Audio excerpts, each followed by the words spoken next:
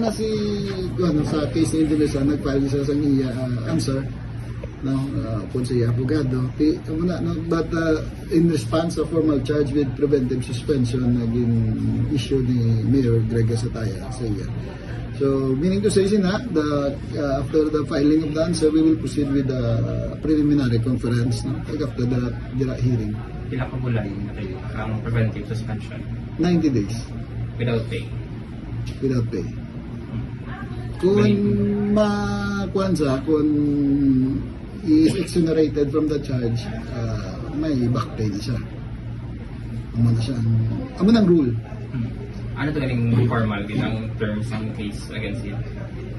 I think grave misconduct, ng violations ang ease of doing business, conduct prejudicial to the best interest of the service.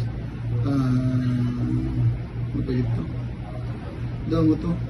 So, ang work sa Obo hindi man mapektuhan since may mana naman sila isa. From the start ng administration ni Mayor Greg Sataya, he is very supportive sa Obo, especially nga paano ma-improve ang services ng Obo.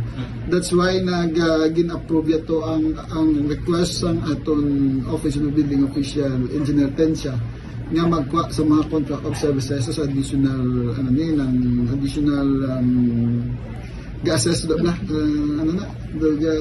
ga-check sa mga applications nila para mapadasig pag so gina-approve yan ito.